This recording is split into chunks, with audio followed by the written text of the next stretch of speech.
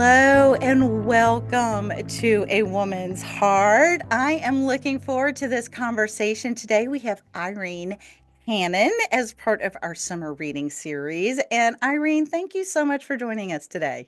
It's a pleasure to be here. Yes. Now, I am really, as I mentioned, I had the distinct pleasure of being able to just sit down and read the whole book all at once on an airplane ride, which I thoroughly enjoyed just being able to jump in to Hope Harbor and all of its lovely little characters.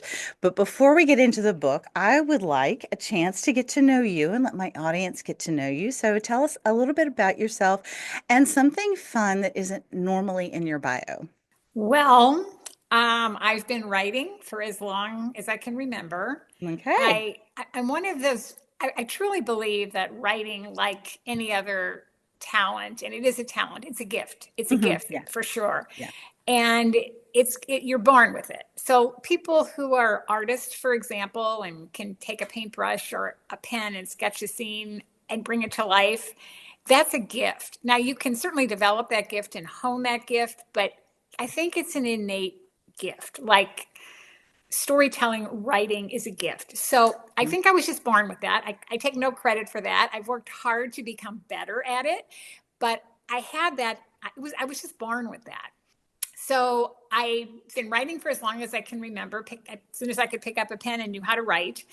But I always tell people that I tell them, I like to say, I made my professional debut when I was 10, and I was one of the honorees in a Complete the Story contest.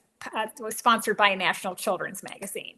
So that was my Okay. first official recognition that, okay, maybe you can tell stories. Yeah. But there was a very long gap between that and my first published novel So you weren't because I published at 12. no, much later than that. But for fairly early for most people. I started my publishing career pretty early in life. I was very fortunate. But what happened was I grew up definitely in a blue collar household. My Mhm. dad was an Irish immigrant, and he grew up in a little cottage by the sea in Ireland. He didn't come here till he was in his late 20s, and it was a cottage without running water, electricity, Wow. bare bones existence. He actually plowed the fields with a horse and plow. No technology at all. And so when he came to this country, he of course had heard stories of the streets being paved with gold. And his intent was to make enough money to go back and buy his own farm in Ireland or some sort of business of some kind. Well, he ended up meeting my mom. Ah, So story changed. He ended up staying here in the United States. But I always remember growing up how hard he worked to provide for me and my brother and my mother. mhm. I remember at one point he had 3 jobs. And Wow. he worked very hard. So I had grew up with this mindset of when I'm an adult, I have to have a career that will pay the bills, put food on the table, pay the mortgage, whatever. And so writing was not something I thought was a good choice. I had heard too many stories about starving artists and garrets, and I thought, Yes. nah, I can't do that. Yeah. I grew up with a very strong work ethic and a sense of responsibility that I have to take care of myself and provide for my own needs. So writing did not seem to be the way to do that. So I went to college and I love to write. So I decided very early on in college that I liked psychology. So I majored in psychology, Mm. but I wrote on the school newspaper on the side because I couldn't give up writing in some form or fashion. So I was about halfway through my college career, and it occurred to me that psychology wasn't the best profession either in terms of job security, unless you got a master's degree, which I Mhm. thought, I could do that. I really like this field. I could do that. But then I also thought at the same time, I could switch gears and I could get a master's degree in journalism. So Mhm. it was a battle between psychology and writing won. So I got a master's degree in journalism, and got a job in corporate America. Actually, it was before I graduated in a corporate communications department with a Fortune 500 company Okay. where I wrote every day, different kind of writing, but ended up being the editor of their magazine, writing a lot of feature stories. It was great. I loved that kind of writing too. Mhm. So once I was in that job for a couple of years, okay, so I had the job security, I had the steady income, I had the benefits, and I thought, maybe on the side, I can try going with fiction and see what happens. Yeah. So I did that. So I wrote my first novel. It was more of a novella because it was short, Yeah. and it was really, really, really bad. It was really bad because I didn't have, first of all, I didn't have this skill set to write fiction yet. Yeah. And Okay. there wasn't much back in those days. I've been writing a long time in terms of resources. There was no internet. So I mean, I Yeah. was kind of on my own to figure out how do you write a novel. But the other thing I didn't have at that point was the internet, and it's an essential tool these days for writers in terms of research. So I just decided, okay, and it was a romantic suspense book. But I had no contacts in law enforcement or military or anything. So it just didn't work. It didn't work. But I thought, okay, so I can't write romantic suspense right now, but maybe I can write romance. So Okay. that's what I did. I wrote my first full length romance novel and submitted it and thought, okay, I'm sure the world is just waiting for my book, right? No, I mean, I collected a pile of rejection letters, Oh yay high. no. But even in the face of rejection, I kept writing. So I kept submitting, kept getting rejection letters, started the second book. I did that with 3 books, all rejections, Oh. everyone.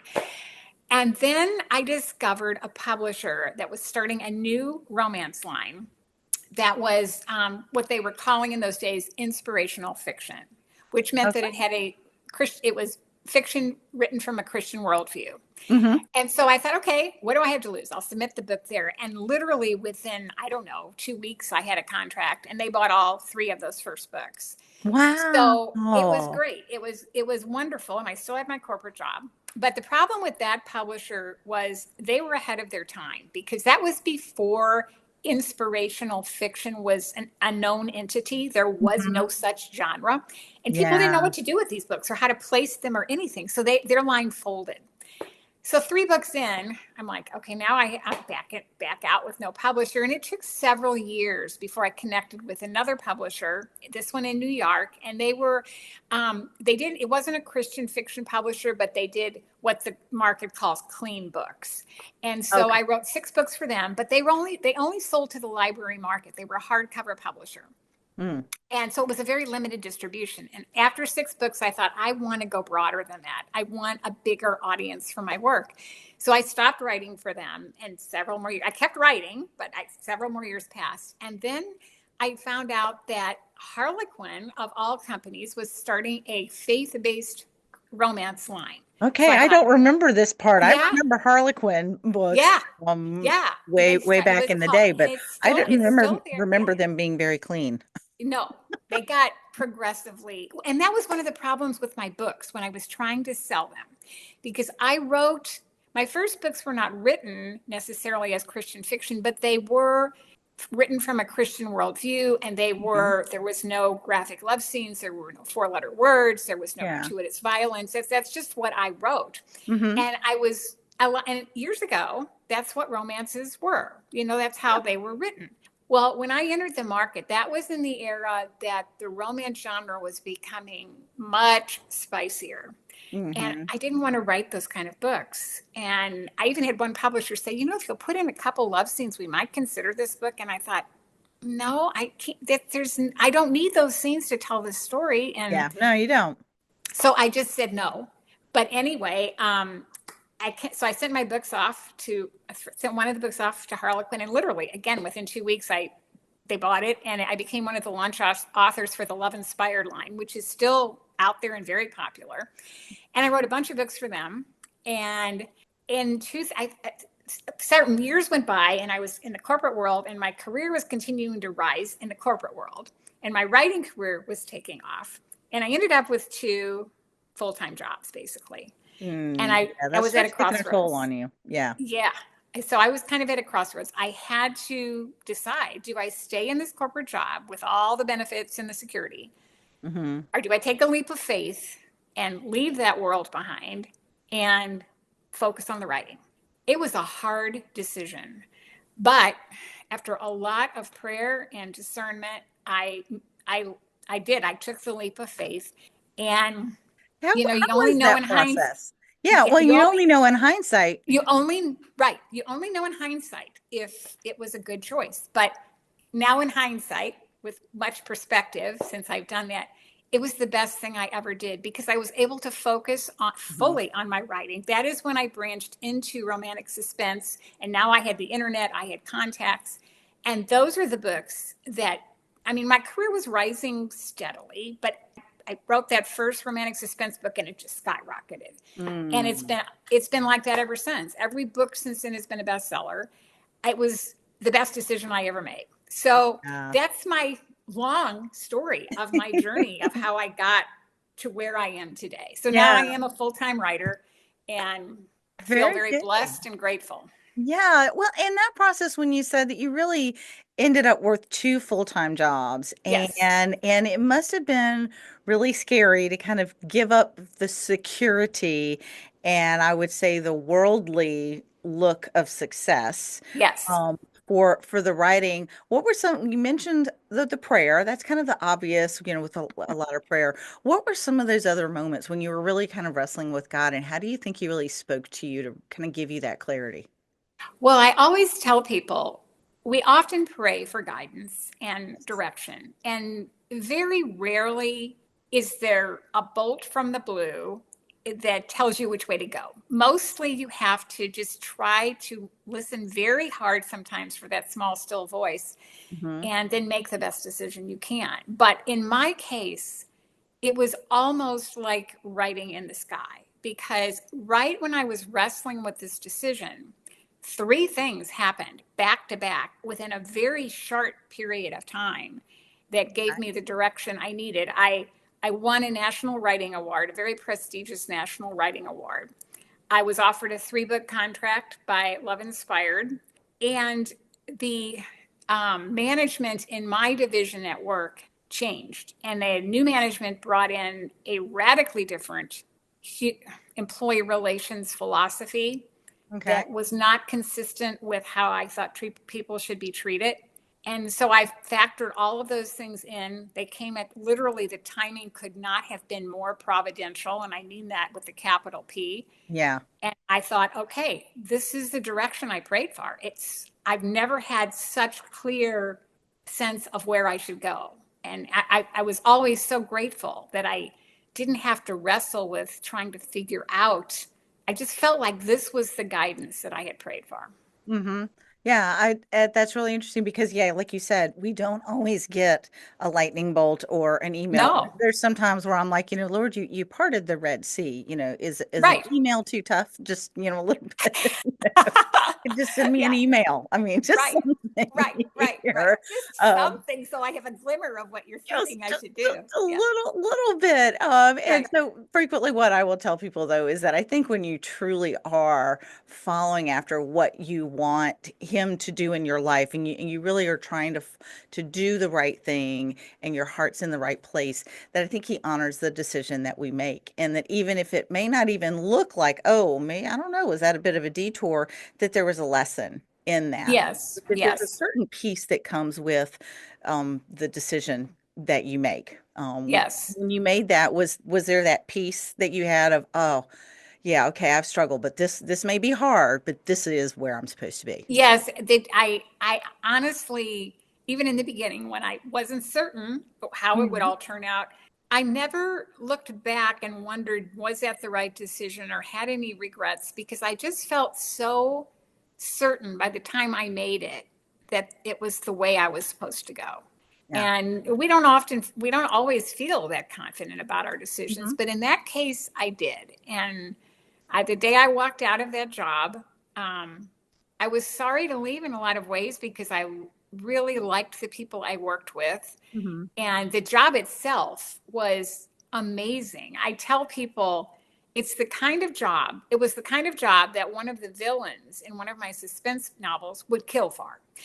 It was a great job. I ended up being in charge of 3 different divisions in the company, and I was the chief, the speechwriter for the CEO and chairman of the board, and I was editor of the Global magazine, and I traveled all over the country and the world. I mean, it was an amazing job, but No. it just wasn't where I thought I was supposed to be at that point. Yeah. Well, and I imagine if you had stayed there too much longer, it probably would have gotten really uncomfortable. God tends to do that. When Hmm. you're sticking around longer than he wants, he tends to make it really, really uncomfortable. Yes, yes, that's true. I know That's it. true. And Yeah. the atmosphere in the division, as even during that brief period of time that I was making my decision, got more and more toxic. And I just thought, I, I can't, I don't want to live in that kind of environment or have to work under those kind of structures and guidelines they were putting in place because I just didn't think it was the right way to treat people. So, when I left, I had a moment of lingering sadness because of all the good years I'd had Yeah. there, but I had no real regret. Yeah, yeah. Well, and you should there should have been some if you had had a good time. Yeah, It's perfectly normal to grieve and yeah, the loss and the memories in that. Now, you mentioned you've kind of got two different genres that I you do. deal with, the contemporary romance and the suspense. Yes. What does God, how does God use that? What do you learn from being able to kind of go between the two worlds and how does that influence how you're rating? Do you really just kind of go from one box to another or do they kind of blend together sometimes? Well, I do write in silos. So I do write one book at a time and then I go to the other genre and switch. I'm pretty linear. I don't go back and forth. Some writers can juggle two or three books at the same time. I don't do that. So Mhm. I do alternate, and the the two genre thing kind of came about going back to my earlier story where the very first novella I wrote was a romantic suspense. And that was, I guess, indicative that it was my first love, I suppose. Okay. Yeah. Thanks to Nancy Drew. I blame it all on Nancy Drew. I loved her books. I devoured them as a very young teen. She was just a great role model. She was smart and strong and had good moral values and intelligent. I mean, she just had all of these great qualities. So I loved her books. So that was the first thing I wrote. And then I told you that it just didn't fly because I didn't have the background, I didn't have the internet. So when I finally got left the corporate world and had established a career in romance to some extent at that point, that's when I thought, okay, now I have the internet, which is huge. Hmm. And I had one contact in law enforcement. It was a police detective captain who sang in the church choir with me. And he was great. He was wonderful with all the questions I would ask. And not the best thing though he did for me was he put me in touch with other experts when I needed them. Okay. So Yeah. I developed this whole cadre of experts. I have FBI agent, U.S. Marshal, police detectives, forensic pathologists. I mean, at this point, I have this wide spectrum of people I can call. And that's really what helps you give your books the final touch of authenticity. Because as wonderful as the internet is, Yeah. it doesn't necessarily answer every question specific to your situation in the story. And that's where these experts come in, and they're so helpful at that point. Yeah. And I always tell people I write fiction, but the protocols and agencies and so forth that I write about, they're real. So I Yeah. want them to be portrayed accurately. Hmm. So I had this whole cadre. So after I as it so it just kind of ended up that when I had this time now after I left the corporate world, I thought, well, I'll keep the romance going, but maybe I can now try the romantic suspense again and heavy on suspense. And so I did. And it was kind of strange. It was hard to sell the first book of that Okay. genre, even though I'd written romance for all these years, because they were bigger books, they were trade length paperbacks, and I hadn't written in that length before, and I hadn't written suspense. So publishers were almost looking at me as a new author, and I thought, I've written all these books, but they didn't But care not in that because genre. I wasn't in that genre. Yes. So it breaking in took a little bit of time. In fact, the first three-book series that I wrote in suspense, called Heroes of Quantico, which featured the FBI, I wrote the whole series before we sold the first book because I really believed in it. But it was written on spec in my spare time. But that was the beginning of a fantastic boost to my career. And so what happened is after I did that, then I thought, okay, now I'm writing in both genres. And ultimately, I got to the point of 2 books a year, one in each genre, and they're all big books now. So, Right. so now I just alternate between the two. And Very there are good. some, yeah, it's worked out great. It's worked out great. Yeah, well, and I thoroughly enjoyed this one that we're kind of talking about today and including in the summer reading series. Let me Mhm. untangle my tongue here.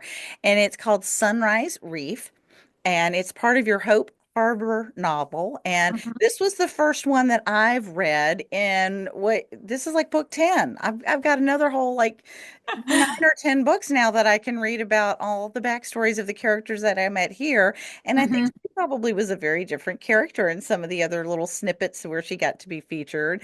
And it took a while for, I think I read in the back in your author's notes that it took a while for her to share her story with you. Yes. Yes. And so, yeah, tell us about a little about Sunrise Reef and how you came to tell Bryn's story. Yes. Well, Sunrise Reef, it's actually number 11 in the series, Okay, which so is there are amazing. 10 books before, not Yes. nine. And more to come. And I'll tell you a little bit about this story in particular, but the background on that series is kind of interesting because I was writing suspense for my current publisher, and I thought I'd like to write, and I was still writing the Charter love inspired romances, but I thought I'd like to write a longer romance, and I'd like it to be more leaning a little bit more toward women's fiction, meaning that there's more going on than just a romance in the book. There are other side stories and things, and a bigger book. So I broached the idea of the first book in the series to my editor, and the first book was called Hope Harbor. Okay. And I said, I don't know how readers will react to this, but in my mind, what I'd like to see is that they embrace this little town. Hmm. It's on the Oregon coast, and that this becomes a series, who knows how long. So she said, "Well, I'm game. Let's give it a try." So we started with just that first book, and I had no Okay. books contracted beyond that, and the response was beyond any of our expectations. Readers Oh. loved this little town, and there are a couple. Most every story is a brand new story, Hmm. meaning that it starts and ends in that book. So you can read Yeah, I any book didn't in the feel series. lost. I didn't No, feel not at lost at all. all. So I read it and then at the end I'm like, "Oh my gosh, I'm what this is 11 books into a series now." It's like, "Okay, but yeah, I was definitely able to just read the book on Yes, its own, start here and then I can go from here." I didn't feel yes. lost at all. Yeah, and that was what our intent was, to make each book a standalone. And so you meet a new cast of main characters in every book, but there are secondary characters that are in every book. So readers who have been reading this series for a long time, or all of the books, will recognize them. The Floyd and Gladys, the two seagulls, they're in every book. There are two clerics in town, and they're best buddies, but they always have this little friendly rivalry going on. They're in Yes. every book. And then Okay. the most iconic character that I've ever created is Charlie Lopez, the taco making artist, um, who He is a readers, character. yes, he's sort of a town philosopher. He seems to know a little bit more about everything than you would think he would. And Mhm. readers love him. That character alone has generated more reader emails and comments than all of the characters combined in all of my 68 books. Oh my He word. just taken, people love Charlie. So anyway, those characters are in every book, and then I'll work in previous characters if there's a reason to. It's sort Yeah. of in a very subtle cameo kind of role, typically. Okay. But the main story is new. So Sunrise Reef, and this is what it looks like if anybody wants to see the cover. Yes. Sunrise Reef features Bren Ryan, and she was in a previous book, a couple books ago, Okay. in a secondary role, a Mhm. very secondary role. But she always intrigued me. She's a little bit different. Uh, Yes. yeah, she's different. And I thought she has a story. I Okay. don't know what it is, but I know she has a story. And one of these days, she's going to tell me her story. And so she finally did. And so I featured her in this book. And I call her kind of a free spirit type a little Hmm. bit. She's been a wanderer, but she has found her place in Hope Harbor. She's a barista at the local coffee shop, and she's very content there. Yeah. But she's definitely this free spirit type. So I ended up pairing her with a guy that comes to town whose father lives in Hope Harbor, and he is very buttoned up CPA. You know, Very career the driven, a very career driven. routine, Yeah, rules. yeah. Yes. Right, right. So couldn't find. It would be hard to find two more different people than these two.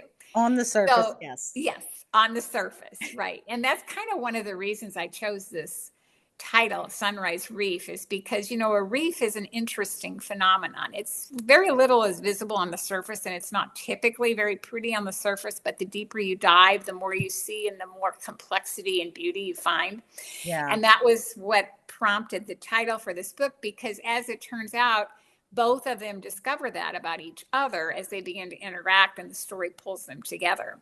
Hmm. So it was a fun story to write, seeing how these two could find a way to make their lives mesh, because they obviously lived in different places too. And there was a lot of back and forth and compromise and just digging in deep to their backstories. And Bryn had a very interesting backstory that explained why she was a wanderer for so long, and Yeah. difficult background. So I think readers will find their story very engaging, and they're the scene where they meet is a laugh out loud scene. So I mean, it's just Yes, I it had so is. much fun writing that. Oh, Yes, it is a very memorable story, a yes, very memorable meeting. yes, memorable. A very Yes, memorable meeting. yes, And it is. I think there was one point in the book they said, well, it's the kind of story that you tell much later. yes, right, That you tell a lot later, right, later right, on. right. Well, Yes. I love how you said the message that you really wanted to get across, which I thought came across, Mm-hmm. was don't judge a book by its cover. Yeah, And yeah, that don't we really just shouldn't judge people right off the bat completely. It's kind of hard to do because we do yes, when we look at someone, but then the judgments that they made of each other initially turn out to be very, very different. right. And I would love for you to tell us a little bit more about how you wanted that, how you want the readers to come away with that, really looking a little deeper and don't always just judge based on what you see right off. Right. Well, that is one of the core messages in this book. And I think you're right. We tend to do that. We see something, we see a situation, we see a person based on our own experience and our own perceptions from past history, we come to certain conclusions. Hmm. And oftentimes those can be wrong. And the problem Yeah. with coming to those kind of conclusions too early, are making those decisions about somebody too early, is that it can close you off from being open to who they really are, so you're Yeah. not as receptive to hearing their story, or Mhm. getting more involved, or knowing them better. And I think that's sad, because in the case of my two characters here, if they had let the initial impression guide them totally and hadn't opened their hearts and their minds, they probably wouldn't have gotten together. And Mhm. that would have been a shame, because in the Yeah. end, they turned out to be very much simpatico and able to work out a great life together. But I do think it's important, when we go into a new situation or we meet new people, to try as hard as we can not to let our prior experience and our prior expectations from what we've seen before color too much how Yeah. we judge them, to be open to who they are or what a situation entails. Yeah, absolutely. I would agree. And I thoroughly enjoyed getting in there and knowing people with Hope Harbor. And I look forward to reading about them more. And as I mentioned before, and we'll get to after I ask my other question, we will ask how people can get a hold of this book and enjoy it on vacation along with the other ones. But this has obviously, as you mean, this is a passion that you have had your whole life with writing and learning and everything else. And I would love to ask, what would you say to encourage someone else to pursue the passion that God has placed in their heart? I think what you have to do, first of all, is listen. Listen to what the direction is that you're being given. But if you have a passion for something or a talent that you feel like you haven't exploited fully, or that people maybe haven't encouraged you to do for various reasons, Hmm. um, don't let other people's expectations are discouragement stop you from doing what you feel in your heart is what is the right thing for you to do. And I don't necessarily think that people should rush into things in an impractical sense, because as I said with my writing, I knew that I had to make a living. Okay, so Yeah. it would have not been prudent for me to do that in the beginning before I had any sense that I could accomplish it, you know? Mhm. So I found a way to pursue my passion on the side Yeah. until I was confident that I could make it work as a living. So for potential writers out there, I would say, don't give up your day job. Don't do that. Don't do that until you have a solid path forward in terms of a career. But for people that just have a passion to do things, maybe not a career wise, but they just have something they really would like to do that isn't going to affect their ability to make a living or whatever, do it. Because you know, I love what my mother once told me when I was growing up. I was a little girl, and I don't remember what situation prompted this, but I must have been worried about what people would say about something I wanted to do, or Mm. what if I didn't succeed, or whatever. And she said to me, Irene, always do what's, as long as you're not doing anything that hurts somebody else, follow your heart, do what's in your heart, and don't worry about what other people think. And I've always taken that advice to heart. And I think I've shared it with other people. And I think that's good advice in terms of Yeah. following your passion, following your heart. Yeah, I think so. I like the advice that your mother gave you. And Irene, if somebody wants to get a hold of this book, Sunrise Reef, some of the other ones in the Hope Harbor, or some of your romantic suspense, they want something a little more exciting and suspenseful, what is the best way for them to connect with you? My website has all of the basic information, synopsis, bio, all of that. So I would say irenehannon.com is a Okay. great resource for people that just want general information, a book list. That's all on my website. And then I'm very active on Facebook, and I love to engage with readers there. I'm on there every day. I always talk to readers there. And that's where I share more up to the minute news and that kind of thing.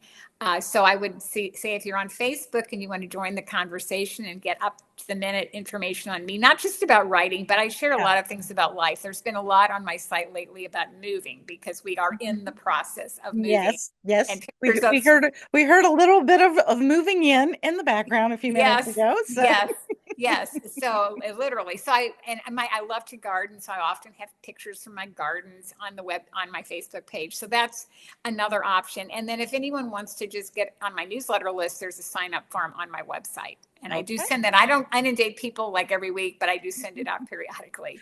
Very good. Well, Irene, thank you. Thank you so much for taking the time out of the move and book launching and writing and everything else. I know you've got a lot going on right now. So I really appreciate your taking the time to speak with us today and share about your journey writing, how God's worked through that, and then tell us a little bit about Hope Harbor and this book. And we will look forward to the next one in 2026, I believe, in this Yes, series. Then you have yes. one coming out as well, which they can find out on your website and social media and everything else. So thank you so much. I truly appreciate it, Irene. It's been a pleasure.